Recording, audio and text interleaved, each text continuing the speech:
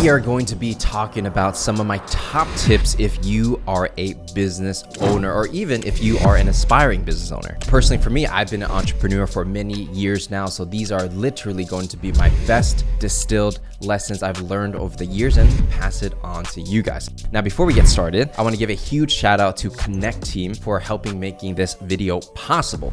Now, Connect Team is a mobile-first employee management app designed to help businesses with non-desk teams manage their entire business operations in a click, communicate, engage, retain, and train employees all in one place. But of course, we're going to talk about them more later in this video, and let's get started. Now, the first tip I have for you is you want to lead by example. Now, when you are a business owner, you want to be a leader. As a leader, people essentially have to follow you, right? And I don't mean that in a negative way. It's just like you have to be that beacon, that signal, that person people can look to and to find inspiration from. It's actually pretty interesting for me because as a content creator, and you see my stuff on YouTube and other social media platforms, there's a lot of things I say, things I do, things that I believe, right? So if I don't do the things that I say I do, then I just look like a fraud. So it's kind of interesting because being someone in the public eye, I have to actually do what I say or everyone's going to think negatively of me. Now, in the workplace, you want to be an example for your employees, your staff, your team, even the people you do contract with, because they're going to look at you and they're going to almost be a reflection of you. So if, for example, if I start slacking, if I don't put a lot of effort in my work, if I don't have pride in the work that I produce, so I shouldn't expect other people to put in that extra passion if I don't do it myself.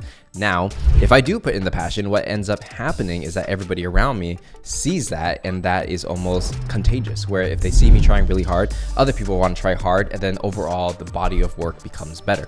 The best thing I've really found when it comes to being a leader is actually however you want them to be and do and act and feel and what attitudes they have towards working, you have to embody it yourself. If you can't do it yourself and you cannot lead by example, then you should not expect another person to do it. So you can't just tell someone to do something. You can't tell someone to put in 200% unless you're putting in 200% as well. And for the most part, when you are a business owner, most likely, especially if you're a small business owner, you can probably do everyone's job much better than they can, right? That's just the reality of how the game goes. The thing is, it's like you have to be okay with knowing that you can do it better than them, but you let them do it, which is very important. So maybe you can do it one time, lead by example, and then pass it off to them.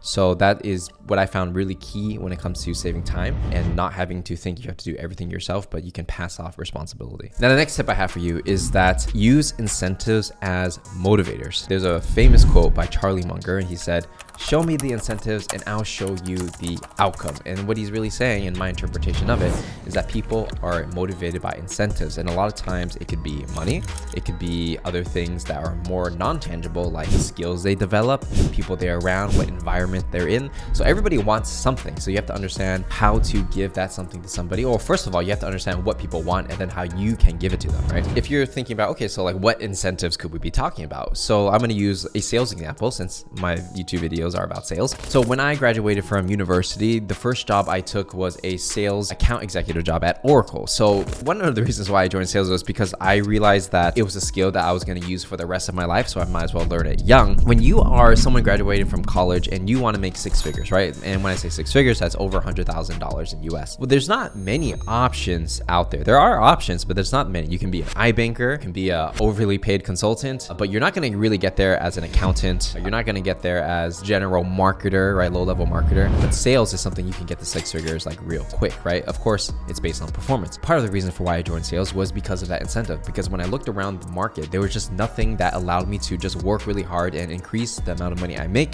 besides sales, right? If other jobs give you bonuses, they're not going to give you those crazy commission bonuses, right? In that particular instance, a lot of people who also joined Oracle at the time I did, that was a very strong motivator, right? So show me the incentives, I'll show you the outcome, right? And so if you give people the opportunity to do that, they're going to work really hard. Now, the second reason for why I joined Oracle was also to learn. I'm not the type of person that just works for money, right? There has to be something else out of the deal, and usually it's to learn something new. So for me, I wanted to learn how to sell. I wanted to be around people who were experts at sales and who had much more experience than I did. And Oracle has been in business for how many decades? They're a public company and they're known to have some of the best salespeople. How did I know that at the time? It was because a friend of mine had already been working there for a year and she had a great experience. And because of her experience and sharing that with me, I decided to join the company, right? So not only was it money, but it was also education. And so when I was able to take with the funds and also me learning those things, I was able to take that into the next thing that I did later. Incentives are a big thing at your company. So whenever you're thinking about your employees and things like that, you have to really wonder what the incentives are. Sometimes it's money,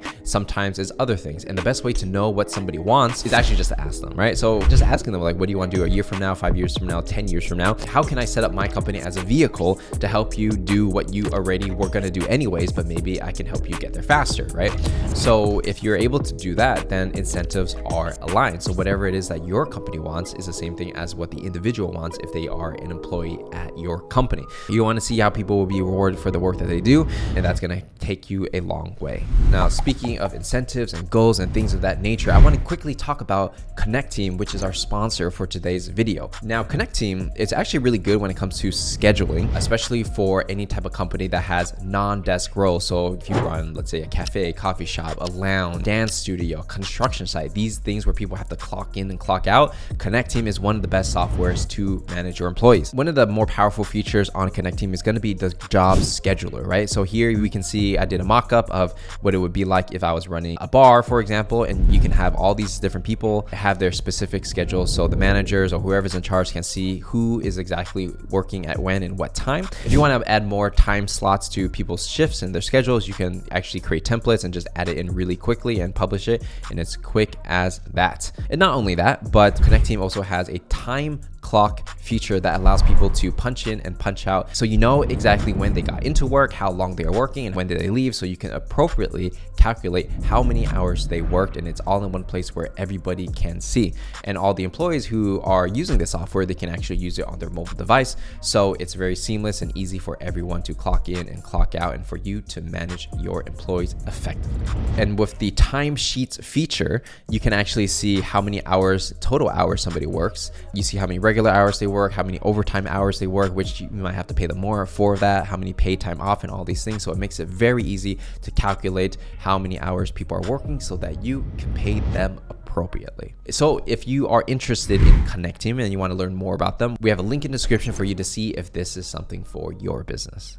Now, the next tip that I have for you is going to be important, and that is going to be playing long-term games with long-term people. And I've learned this the hard way, especially when I started making enough money to hire more employees. In the past, when I was looking for certain roles, it would be like I would hire somebody because I need to fill in that spot really quickly, right? So I wasn't as picky with who filled that spot as long as I felt that they could do the work. The problem with that is, yeah, maybe they can come into the spot, maybe they can fill the role, but if they're not the right person for your company, meaning maybe they have different values, different company culture, or maybe they just don't fit, then what ends up happening is even if I invest a lot of money and time into that individual, they're not going to be happy, I'm not going to be happy, and maybe the work that they produce is not going to be of the caliber that I wanted. So in that instance, they would either leave on their own or I have to fire them, right? One or the other, but they got to go.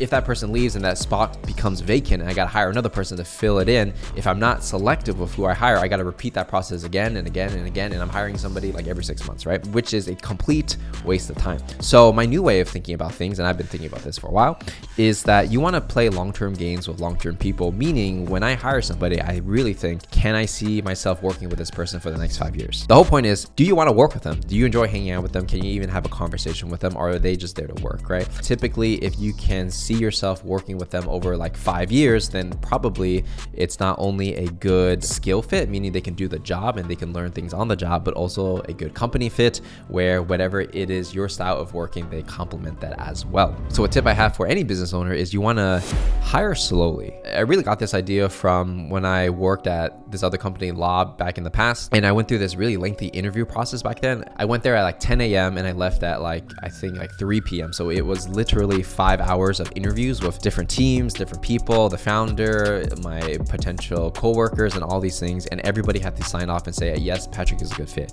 It was kind of crazy, right? Because this was a VC-backed startup and they really took their time to make sure they hired all the right people. And at that time, I was like the 22nd employee or something, right? So they still had a very rigorous process even at that scale. And they actually scaled. I mean, they probably had like a few hundred employees now, right? But but having that company culture, especially in the beginning, they realized it was very important. So for any business owner, small business owner, or business owner that wants to scale in the future, having that basically like elite team when it's small is very important, because that culture and that attitude and the quality of work will trickle down into everybody else that you hire. So hire slow, make sure it's the right people, and think long term. You know, can you work with these people 5-10 years out? Because if you can, that's actually a very special relationship that it's very hard to replicate. So with that said, that's everything we got to cover for this video. If you enjoyed it, make sure to give it a like, subscribe, turn on notifications, and I will see you in the next one.